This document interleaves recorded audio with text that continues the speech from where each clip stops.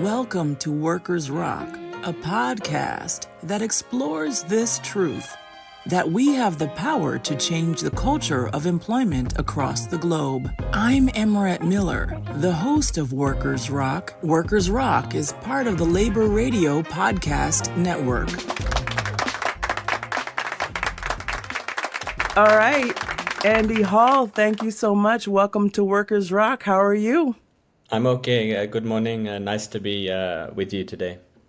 From Nepal, well, in Nepal right now, it's 7:30 a.m. there, around 10 p.m. here. And so, Andy, you are a well-known workers' rights and human rights defender. And today we're talking about human rights, specifically in the supply chains of goods that we purchase and rely on in hospitals for food and other areas of our life. Today, specifically on episode 9 of Workers Rock, we're talking about forced labor and recruitment fees of people looking for work outside of their country.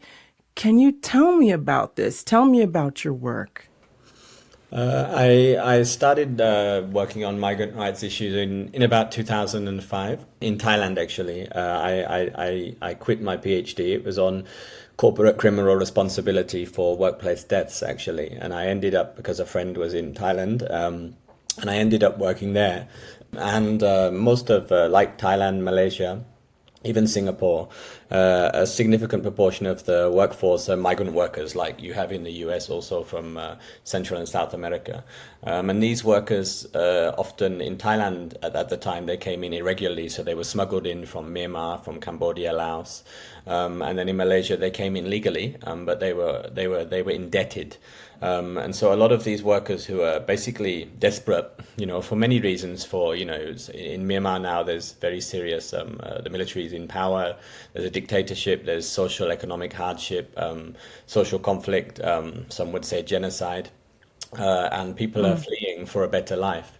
And so they cross over the border into Thailand, into Malaysia, into Singapore, but they do it very high cost and often involving a lot of deception. So a lot of the workers who are ending up in these countries, the same as in America, they're coming in with a lot of debt. Often they've been cheated, maybe abused along the way. And so I started to work to try to address those issues for many years. And then later I started to focus specifically on the link between the global supply chain and goods, products coming into countries like the US and these workers. So how these workers were essentially interconnected to your everyday life, our everyday life, America's everyday life, in hospitals, in factories, in supermarkets, and tried to make that link between the abuses of workers and the global, the global supply chain.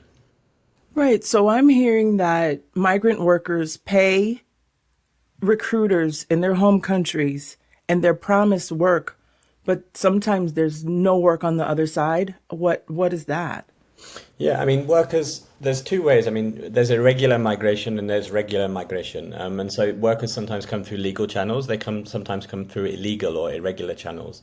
We don't like to call them illegal workers because no worker is illegal, but we call them irregular because they come in an irregular situation. So these workers have to pay money to get into the country, whether it be for flights, for visas, for medical tests, for recruitment agents. If they're coming in irregularly, maybe for smuggling, for paying off the authorities to cross borders, and then they're told something in their home country. Sometimes actually they might be told nothing, just that we'll get you a job in Thailand or we'll get you a job in Malaysia. But sometimes it will be very specific, like we're going to get you a good job, earning a good salary with good overtime in a construction site or in a factory or on a boat or whatever. And then these workers will come in. If they're coming in regularly, they will have documents like passports, which are often confiscated immediately and taken away from them. If they're coming in irregularly, they won't have these documents. And sometimes they do get the jobs they're promised. Sometimes they have a good life. Sometimes they earn lots of money. They remit lots of money and they provide a social lifeline for their families who are in a terrible situation. But too often, they become indebted. Sometimes it will take, in the case of Bangladeshi workers going into Malaysia, sometimes $5,000 or $6,000 they're paying. And that is the equivalent of more than 2 years of work, So they will be indebted. And then if they actually arrive in the country with the debt and then they don't have regular employment, or they're, they have to stay in a place where they're having to pay for food and protection, and they don't have their documents, they really get in a terrible situation, because the money that they borrow in the source country is often, it comes attached with an interest rate sometimes of 30 to 40%, So it's Oh, a massive, like debt bondage. yeah, it's debt bondage. So they become bonded, yeah. Oh my goodness. So now businesses in the private sector, the buying practices and all of these atrocities, they're hidden within the supply chain of the products that we buy, such as the latex gloves that we wore during COVID for seafood. And what other industries do we notice this in? So actually, whenever there's migrant workers in a supply chain, it's a huge red flag, and it should be a huge red flag for buyers. Not only buyers, also investors, and also we have to remember sometimes the buyers are the government, right? So it's the U.S. government, Hmm. or the big US corporations, and the investors are obviously involved in this also. So whenever there's migrant workers in the supply chain, producing at whatever tier, because sometimes it's not only the top tier, in a factory that's, for instance, making latex gloves, then yes, there'll be, 70, 80, 90% migrants, but also the product that makes up what makes up those gloves, lower down the supply chain, there'll be migrants. And so it's everything really. I mean, my focus over the years, I started on issues like construction, and agriculture. Obviously, a lot of the products that are picked in fields or harvested end up in the US in the global supply chain, whether as manufactured food or as raw vegetables and food. So I started off with agriculture and with a lot of chemical issues, which you also have in the US with migrants, with the safety and chemicals and pesticides. And then I looked at the construction sector. The construction sector is a little bit more difficult to link with the global supply chain because it's very fragmented. But then I started to look more into the seafood supply chain, fishing boats, seafood factories. I started to look at food processing, electronics, gloves, furniture, plastics, the mobile phones we use. It's really every sector of the economy. Where these migrant workers work. And we call these sectors like they're labor intensive, but they're migrant labor intensive export industries, which are very prevalent in countries like Thailand and Malaysia.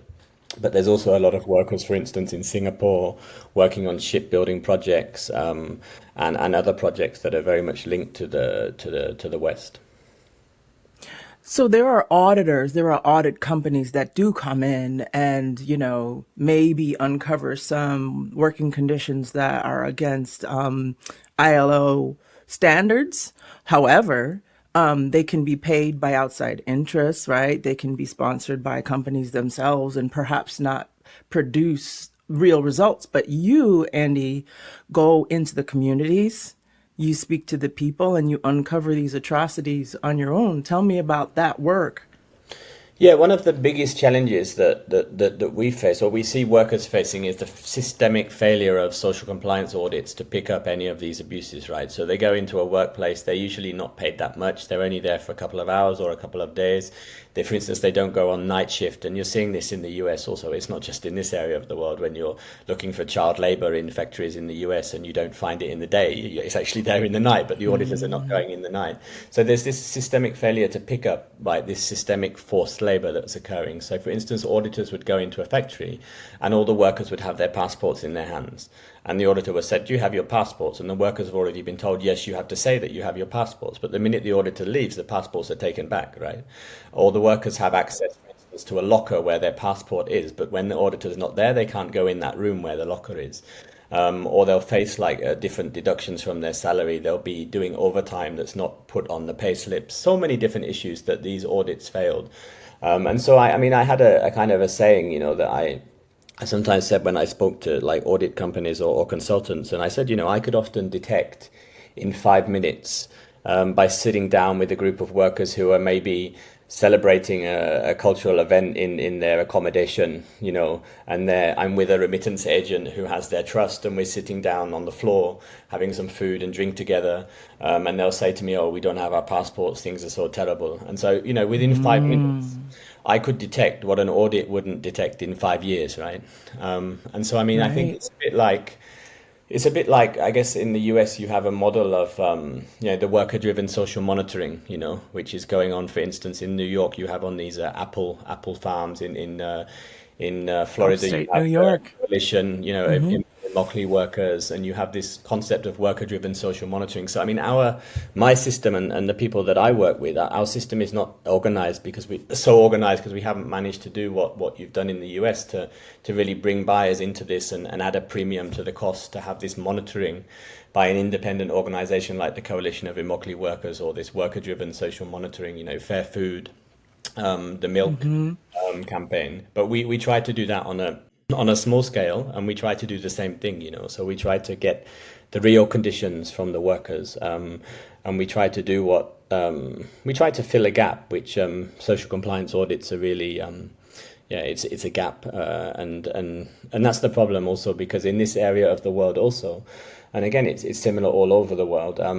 There's no worker representation, so the unions are No very inefficient, unions. and they're Hmm. also there's not a very high proportion of workers who are unionized, and the sectors Right. that are unionized, they don't really represent migrant workers. And then also, when a sector that there is migrant workers has a union, they often don't represent the migrants. And also, the civil society is very weak, very fragmented.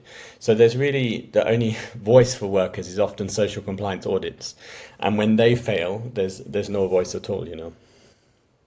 Here in the US, it took, worker uprisings and, for us to really get a handle on workers' rights and to lower the hours that we work per day and how many days per week. Tell me about the working conditions and the work rules that you notice in Malaysia and the most severe that you've seen it. Yeah, I mean, of course, in on the book, on paper, the conditions are the standards of Malaysian labor law are quite similar in many ways to any other country, Thailand also. But in reality, it's a little bit different. So, for instance, workers during the pandemic, when we were monitoring the glove sector, the workers would be working, 14, sometimes 16 hours a day with no break, so they would essentially just be, and this is something that workers also, because they were indebted, Yeah. right? They wanted to do that also, they wanted to go to work at the first thing in the morning, come home late at night, grab some food, cook some food, and it took time to cook food, and they would sleep a few hours, they would get up. Sometimes they even shared the same bed. So the person that was doing the night shift would use the bed, the person that was doing the day shift would use the bed. And they This would, their sounds life. like a death sentence. Is it for life? Like, is this? It is, and that was their life. And people also, the workers actually, in some ways, actually wanted that also, because they had so much debt that they needed to pay off that debt. And the more they worked, the easier it would be to pay off the debt. And the workers also see that their lives are just providing for their families in their source country. So they just go to make money. That's why they're there. They're not there to, and we've also struggled with the workers a little bit in some of these factories, because after our campaigns and after our engagement with buyers and brands and investors, some of these companies started to adopt like things like 60-hour working weeks and 5 day, days off and things like that. And the workers actually were some, Adopt yeah, from what? yeah, exactly. 60 hours They from. were, they were told that they had to do it, but the workers also they were confused, right? Because they had a day off, and they're like, well, we don't want a day off. There's nothing to do. We live in a crappy part of Malaysia, which is really dirty and smelly and isolated.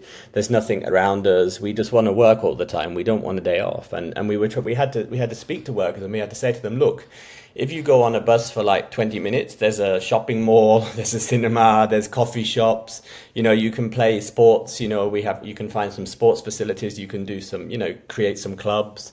And it took us a while really to get the workers to realize that actually they're human beings, and actually they're entitled to a basic salary. They're entitled to money. They need to earn money, but they shouldn't be working like all these hours under the sun. So what we're saying to the workers is, we want you to work less and earn more, or at least earn the same amount of money for doing less work. And we had to kind of convince them in a way, because their mentality, their situation, their debt really led them into They were this. conditioned. Yeah. Yeah, they were conditioned to believe this. And I think we are all conditioned around the world to some extent to believe that what we're doing is good and that, any change in it could be bad. The conditions in the glove sector, in the bigger companies, because of the pressure, because of the US government, they imposed WROs, withhold release orders, and also findings for forced labor on the gloves industry. The situation has improved a little bit, at least in the bigger factories. But across Malaysia, like for instance, in the agriculture sector, for instance, in the furniture sector, one of the sectors we're trying to focus on now, the conditions are still appalling. So and maybe in the electronics sector also it's better, but definitely in these other sectors which haven't had the exposure, the situation's still really terrible. So the cell phones that we use every day, are Mm. those, produced by these workers? I mean, to be honest, to give credit to companies like, for instance, Apple, or, like, for instance, whenever we've had a problem with Apple's supply chain, we always contact them, and the problem is fixed very quickly. It's not to say there aren't problems, but they're very responsive, and they have a mechanism which seems to be quite effective, and they have a lot of buying power to really force change on the supplies if they want to. But yeah, definitely the components of these phones, like where the phones are produced themselves, like usually the standards are a little bit higher because everyone knows that's Right. the Apple factory and people are monitoring it. But it's more like down the supply chain. If you think of a phone and the materials that it comes, the minerals, the plastics, the glass, all these kind of things that make up that phone, it's more like deeper into the supply chain where you'll find this kind of systemic forced labor. But you'll also find it in the top tiers. We're actually working on some cases now, related to Apple, related to HP, where we found in the manufacturing facilities that are actually producing the final product that there's still very serious indicators of forced labor according to the ILO indicators. I'm concerned about the cruise line industry. Now, how does this work impact that? How does your work impact that? Like, because I know you focus on sort of the factory, the manufacturing Mm. cruise line. You notice right away when you're on these cruises that they're working every day, long hours, low Mm. pay. Is it similar, the cruise line industry? Like, is this something that needs to be tackled as well? Well, obviously, cruises is like a hospitality industry, right? So it's exactly the same across the whole of the hospitality industry. If you look at hotels, people who are cleaning the rooms, the targets they have, if they don't meet the targets, they don't get paid.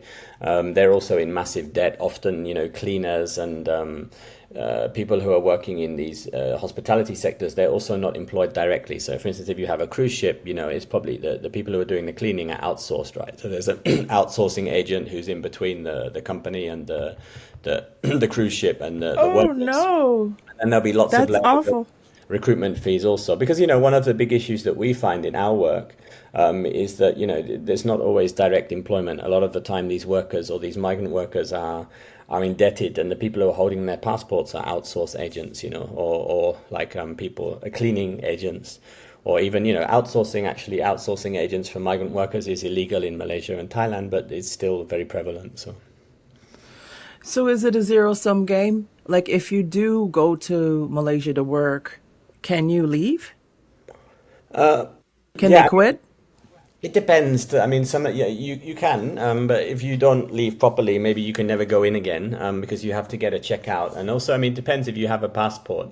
Like now, for instance, they have a new scheme for workers to return home if they're irregular, and they have to pay basically to leave the country, because they've become irregular, and they can be detained and held in detention centers, which are very poor. There was a big report last week about the conditions in Malaysian detention centers. So they have to pay money as part of this scheme to return home, and then they can go home. They probably won't be able to come back because they'll be blacklisted. So yeah, but it depends if they don't have their passports also.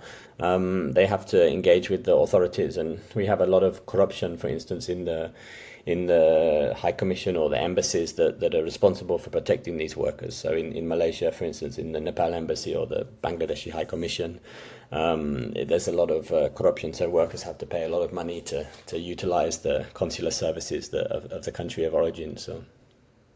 Tell me about due diligence law. The EU has legislation to protect workers and expects companies to not harm them.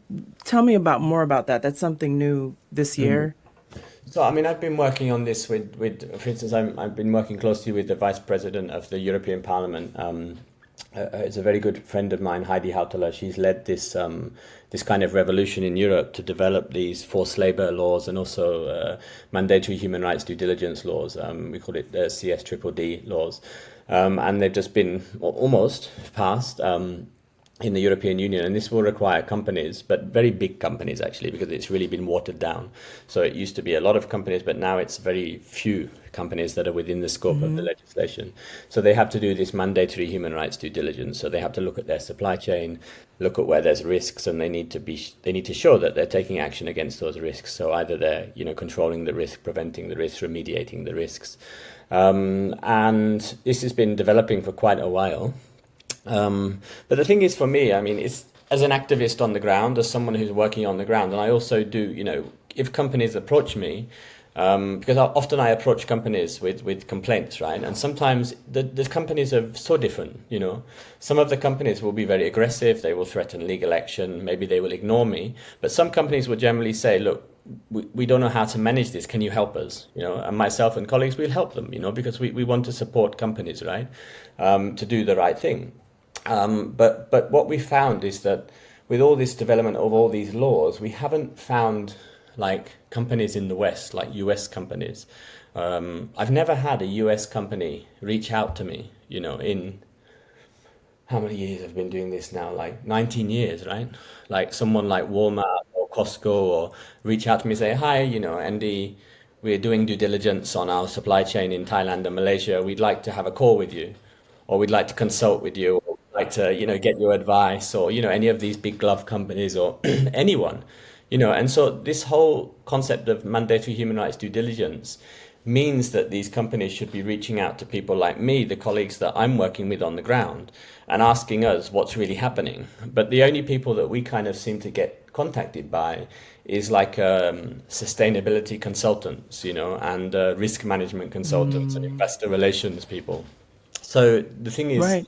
is this law really going to work? Because what we found is that it means companies will just hire sustainability consultants, or they'll hire auditors, to do the job.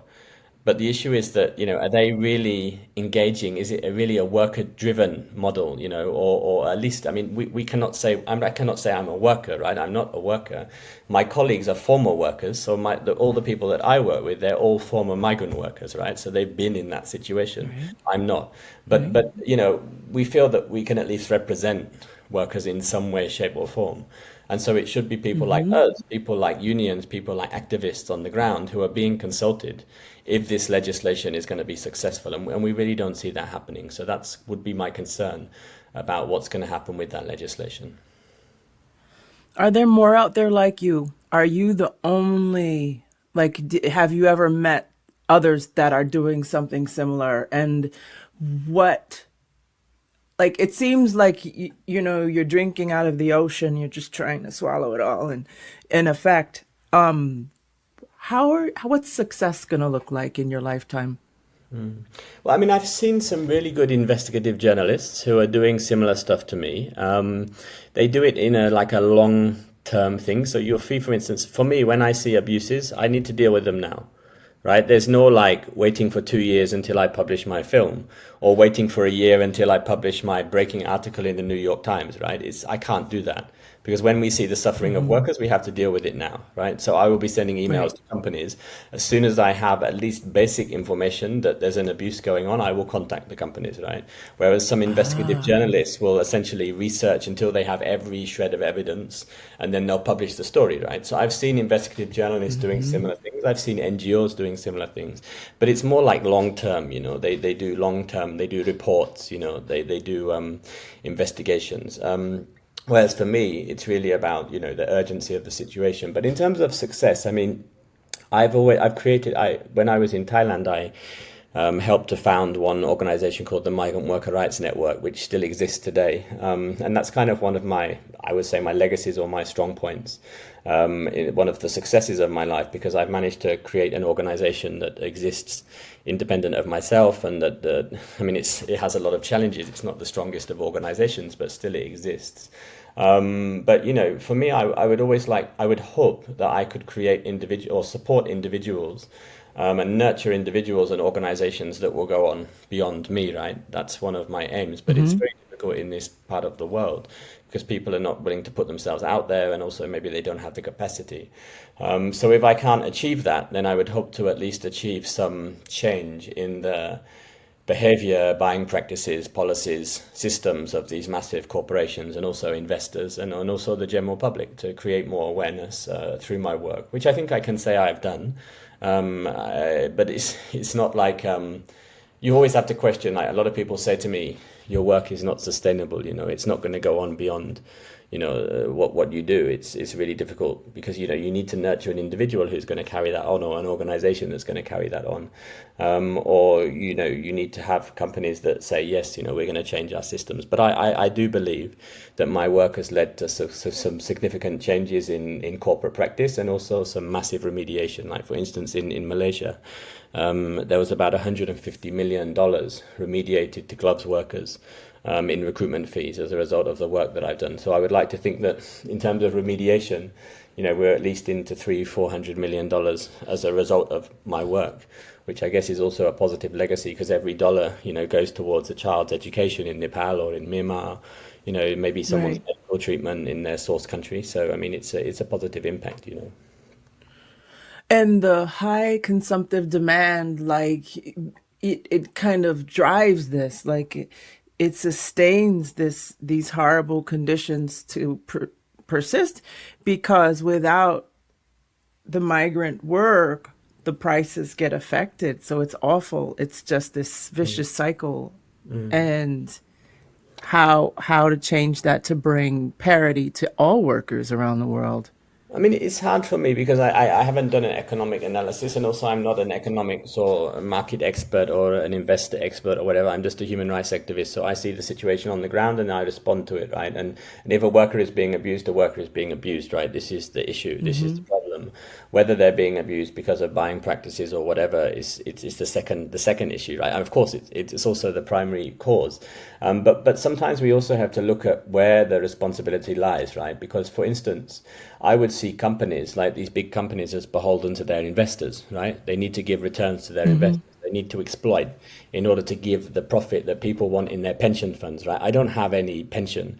I don't have the only money that I have is in a standard bank account, right? I don't invest because I'm not comfortable to invest anything that I have in anyone, because I just believe that I don't want to invest in exploitation. So I don't invest, right? And I Right. don't You believe just stay these away from it. sustainable investments and all the rest of the sustainable pension funds. I really don't believe, based on what I've seen. But I think we have to look at investors, and we have to look at the model of investment, the fact that everyone wants their pension, their social security, and that money, that profit has to come from somewhere. But also, I think sometimes we have to look at investors, we have to look at buying practices, and we have to look at, people want to make money, they want to get cheap goods. But also, sometimes, the labor costs are actually really minimal, and so the overall cost of a product, it really wouldn't be that difficult to increase the price, and have limited, if no impact, on shareholders or on buyers. And so I think that's an issue we need to look into in more detail. Right. It's corporate greed then all the way. I mean, it's corporate greed, but also investors, right? Because investors are behind corporations, right? Of course, I mean, I've worked on this big Dyson case in Malaysia, where Dyson is owned by Mr. Dyson, right? I mean, he doesn't have all these investors, shareholders, but a lot of these big corporations, it's very much linked with the average American citizen's everyday life, their pension fund, their I don't know what you call it in the US. They have this, what is it called? That pension thing. I don't know what they Um, call it. for Um, 401k, Yeah, yeah, retirement, yeah, yeah. pension.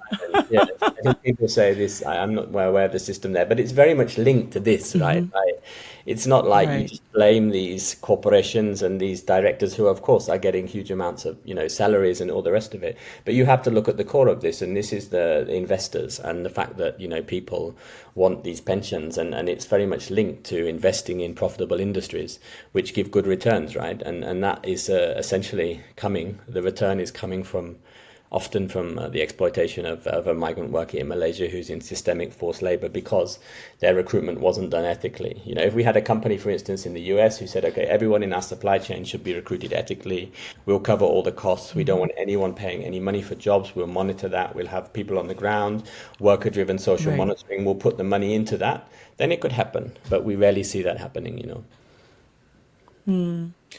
How can the public get involved, like someone living in Minnesota or Wisconsin in the US or someone in the UK listening to this? What can we do? I mean, I think that there's important to look at the products that you're buying and try to understand where they're coming from, right? So if you go into a factory, a supermarket, and you're buying products, you know, in a supermarket, just to see where they come from, and then do a little bit of research on, you know, you have the U.S. government has a Department of Labor has all these standards of reports every year, the trafficking in persons report, the child labor report, forced labor report, and just look at, okay, if this product is coming from this country and this country is very high risk, then what is the company doing to ensure that this product is not, you know, made with forced labor? And then doing a bit of research and putting pressure on the companies to prove that they're doing adequate due diligence, you know, in that situation. And also, of course, anyone can, you know, these countries, I mean, of course, some countries are like military dictatorships, or they're countries where you can't easily go. You know, like for instance, if you wanted to go to the Uyghur area of China and look at how the solar panels are made, then it would be quite dangerous and you would probably end up arrested.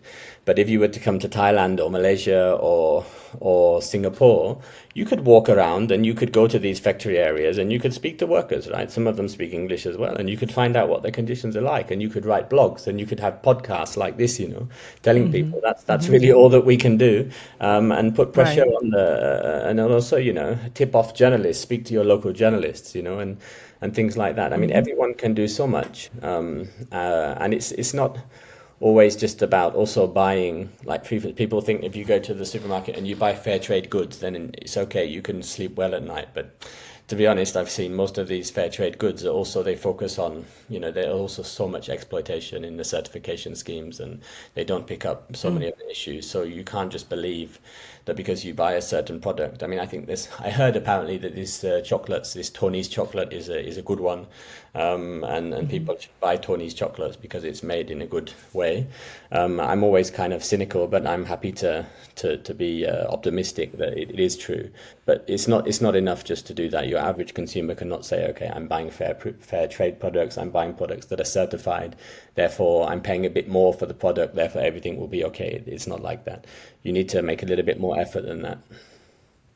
I would like to sit next to you next time you order from Amazon and see if you're able to order anything. Yeah, I have many issues with Amazon and they don't respond to any of my emails. So I've sent so many emails to Amazon about so many issues, and I find unfortunately Amazon and Walmart are two of the companies that really are not very responsive. As I said, Apple is very responsive. Whenever we have an issue, we put it on their online system, and it's, you know, they don't tell us how they fix it, but we hear from the workers within days, within hours, that there's something going on. Whereas when it comes to Amazon, Walmart, Costco, nothing at all, you know. So. Wow. So where can we find you, your Uh, work? Yeah, so I have a blog online where I like to blog. I mean, mostly I don't write so much actually because my focus is more working with journalists. So I try to, because you know I like to work with journalists who are independent, and I like journalists to report on my work. So I generally focus most of my time on sharing information with journalists, tipping off journalists, and helping journalists to write stories. I find that's most effective and most the way in which I can get more traction and amplify the work I'm doing through journalism. But I have a blog online where I generally put all the articles that I'm involved in. It's www.andyjhall.org. And Will yeah, I'm on do. Twitter, social media, and yeah, happy to engage anyone who wants to find out more. Oh, excellent. Thank you so much. I appreciate your time today, this morning, 7:30, now 8 Oh, it's o'clock late in for you now. Nepal. I appreciate you staying up late, right? It's beyond the 9 to 5 working hours in US. I think it must be about 10:15, no, 11:15 there now, right? It's all good. I'm in my rocking chair here, you see. Okay. All well. Thank you for joining Workers Rock tonight, and thank you for the work that you're doing for All right. workers. Thank you so much for this podcast and for trying to educate and enlighten people about the conditions in different parts of the world, because it's exactly this kind of thing that's so important, you know. Thank you. Okay. All Thank right. you, Amorette. That concludes this episode of Workers Rock. Thank you for listening.